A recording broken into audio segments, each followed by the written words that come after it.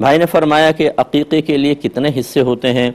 جو حدیثوں میں مطلب تعلیم آئی ہے کہ لڑکی کے لیے 1 بکری اور لڑکے کے لیے 2 بکریاں. بکری کا لفظ آیا، بکرا بھی کر سکتے ہیں، دمبا بھی کر سکتے ہیں، دمبی بھی کر سکتے ہیں. تو بکری لے لیں یا بکرا لے لیں، بلکہ بکری اگر حدیث کے الفاظ کے مطابق لیں تو یہ بکرے کے مقابلے میں سستی ملتی ہے، تو آپ کر سکتے ہیں. اور لڑکے کے لیے 2 کا ذکر آیا، لیکن اگر آپ 1 بکری بھی کریں گے تو ٹھیک چل جائے گا. دوسرا یہ کہ اس کا گوشت باہر لے جا سکتے ہیں کہ نہیں؟ بالکل، اس کے گوشت کے وہی حصے ہوتے ہیں یا وہی حکم ہوتا ہے جو قربانی کے گوشت کا ہوتا ہے، اور جانور کا بھی وہی حکم ہوتا ہے جو قربانی کے جانور کا ہوتا ہے کہ کم از کم 1 سال کا بکرا یا بکری ہونے چاہیے. اور اس کے گوشت کے آپ 3 حصے کر سکتے ہیں، 1 رشتہ داروں کو دے دیں، خود کھا لیں، اور غربا میں تقسیم کر دیں. اور یہ بھی آپ کر سکتے ہیں کہ سارا کا سارا تقسیم کر دیں. یہ بھی کر سکتے ہیں کہ آپ اس کو پکا کر جسے دعوت کر دیں، خود بھی کھائیں اور دوسروں کو کھلائیں.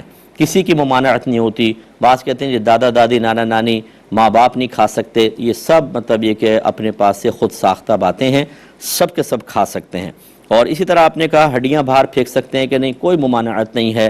یہ نئی نئی پھلجڑیاں ہمارے گھروں کے اندر اس وقت نکلتی ہیں جب اصل دین سے ہم محروم ہوتے ہیں.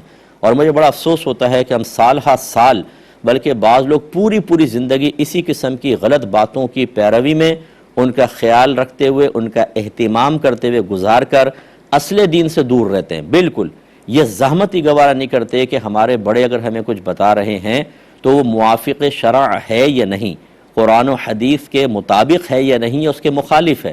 ہمارے بڑوں نے جو کیا وہ بالکل صحیح کیا. یہ غلط چیز ہوتی ہے. اپنے بڑوں پہ میں کوئی آپ کو بدگمان ہونے کا بھی نہیں کہہ رہا ہوں، لیکن کم از کم یہ ہے کہ جو آپ کے گھروں میں، جیسے اب آپ نے معلوم کر لیا، آپ کی وساطت سے لاکھوں لوگوں کو معلوم ہو جائے گا انشاءاللہ. اسی طریقے سے گھر میں کوئی بھی آپ کے عقائد ہیں، نظریات ہیں، معمولات ہیں، کچھ آپ کے ممانعت سے بھرپور چیزیں، یہ نہ کرو، یہ نہ کرو، یہ نہ کرو، اور اس کے نتائج، یہ نہ کرو نحوست ہو جائے گی، یہ نہ کرو فلاں معاملہ ہو جائے گا. یہ سب کسی مستند مفتی صاحب کو آپ چیک کروائیں. گھر کے سرپرست پہ ذمہ داری ہیں، چاہے وہ مرد کی صورت میں ہے یا عورت کی صورت میں ہے، کہ اس طرح کے اپنے تمام معاملات لکھ لیں، اور لکھنے کے بعد کسی کو دکھا لیں. پوائنٹ لکھ لیں، چھوٹے چھوٹے، پوری تفصیل کی ضرورت نہیں. پھر آپ کسی سے معلوم کرتے رہیں کہ بھی ہمارے گھر میں ایسا ہوتا ہے، جائز ہے ناجائز. پھر وہ صحیح مستند عالم دین یا مفتی صاحب جو کہیں کہ یہ خرافات، اس کو نکال دو، اتنا ٹھیک ہے بس اس کو. اور اگر پورا کا پورا وہ عمل خرافات ہے تو اس کو ختم کرنا واجب ہے. خدا را اپنے گھروں سے بدعتیں نکالیں اور سنت کو رائج کریں. آپ ایسا نہ ہو کہ کسی بدعت کی حفاظت کرتے ہوئے خود مر جائیں، یا بدعت ایجاد کر کے اپنی نسلوں کو دے کے چلے جائیں، تو پھر جتنے لوگ اس پہ عمل پیرا ہوتے رہیں گے، اس کا وبال گھر کے سرپرست پر ہوگا.